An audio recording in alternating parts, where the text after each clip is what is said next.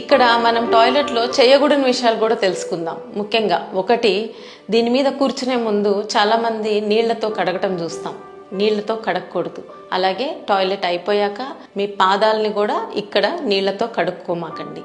అలాగే కింద ఒకవేళ చిన్న పిల్లల్ని కొంతమంది కింద కూర్చోబెట్టి టాయిలెట్ కడగటం జరుగుతూ ఉంటుంది. అది కూడా చేయకండి.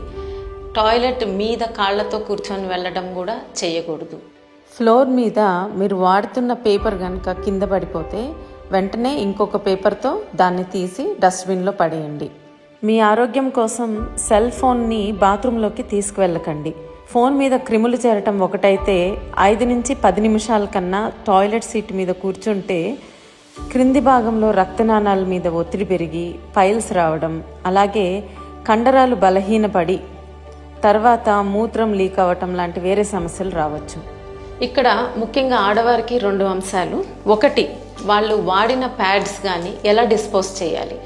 మీరు వాడిన ప్యాడ్ ఉంటే దానిని క్లోజ్ చేసేసాక టాయిలెట్ పేపర్ తీసుకోండి. కేవలం ఒక 2 షీట్స్ తీసుకుంటే చాలు. టాయిలెట్ పేపర్ తీసుకున్నాక దీనికి వెనకమాల గమ్ ఉంటుంది కాబట్టి దీన్ని క్లియర్గా ఇలా స్టిక్ చేయండి. స్టిక్ చేసి మళ్ళా దాన్ని ఒక్కసారి ఇట్లా నొక్కితే ఇది స్టిక్ అయిపోతే ఇది ఇంకా ఓపెన్ అవ్వదు. సో ఇట్లా అన్నా చేయొచ్చు. లేదా దీంతో పాటు మీకు వచ్చిన కవర్ ఉంటే కనుక దానిలో పెట్టి మాత్రమే దీన్ని డిస్పోజ్ చేయండి. డస్ట్బిన్లో వేయండి. టాయిలెట్ బౌల్స్లో వేసి ఫ్లష్ చేయొద్దు. అలాగే చిన్నపిల్లలు కానీ మహిళలు ముఖ్యంగా వాళ్ళు టాయిలెట్కి వెళ్ళాక క్లీన్ చేసుకునేటప్పుడు ముందు భాగం నుంచి వెనక భాగం వైపుకి క్లీన్ చేసుకోండి. ఎందుకంటే మహిళలకి చాలా సున్నితంగా ఉంటుంది, తేలికగా యూరిన్ ఇన్ఫెక్షన్స్ వస్తాయి. సో మహిళలు టాయిలెట్ అయ్యాక కంపల్సరీ ముందు నుంచి వెనక వైపుకి క్లీన్ చేసుకోవాలి.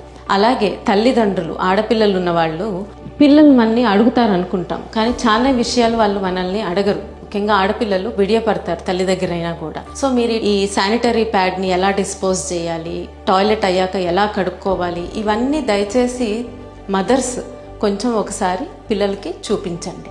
ఇప్పుడు ఆర్గనైజేషన్స్ కానీ రెస్టారెంట్స్ కానీ వాళ్ళకి చిన్న సూచనలు. మీరు కనీసం 10 నుంచి 15 మందికి ఒక టాయిలెట్ ఉండాలి. ఆ టాయిలెట్లో వెస్ట్రన్ టాయిలెట్ పెట్టినట్టయితే కంపల్సరీ టాయిలెట్ పేపర్ని ప్రొవైడ్ చేయండి.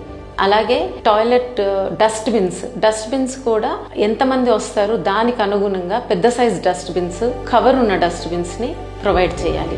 అలాగే క్లీనింగ్ మినిమం రోజుకి 2 నుంచి 3 సార్లు క్లీనింగ్ చేసేవాళ్ళు, డస్ట్బిన్ని ఖాళీ చేసేవాళ్ళు కంపల్సరీగా ఉండేటట్టు చూసుకోండి. ఒక తరంగా మనం ప్రాథమిక శుభ్రత మీద దృష్టి పెడితే తర్వాత తరాలకి ఇది అలవాటుగా అయిపోతుంది. ఇలాంటి చిన్న చిన్న అంశాల వల్లే నాగరికత ఉన్నవారిగా గుర్తింపబడతాము. రాష్ట్రం మొత్తం కానీ దేశం మొత్తం కానీ ఈ ఒక్క సంవత్సరం అందరం కలిసి ఇదే విషయం మీద దృష్టి పెట్టి టీవీలలో, థియేటర్స్లో, పబ్లిక్ ప్లేసెస్లో ఇలాంటి వీడియోని ఒక సామాజిక బాధ్యతగా చూపిస్తే తప్పకుండా కొంత మార్పు వస్తుందని నా ప్రగాఢ విశ్వాసం. చివరిగా నేను పేరెంట్స్ని రిక్వెస్ట్ చేసేది ఏంటంటే, ఒక్కసారి మీ పిల్లలతో వెస్ట్రన్ టాయిలెట్ కానీ సింక్ కానీ ఇలాంటి ప్రాథమిక పరిశుభ్రతకు సంబంధించిన విషయాలు దగ్గరుండి చూడండి, వాళ్ళు సరిగ్గా వాడుతున్నారో లేదో. అలాగే పిల్లలు కనుక ఈ వీడియో చూస్తుంటే మీ పేరెంట్స్కి కూడా నేర్పించండి. Thank you.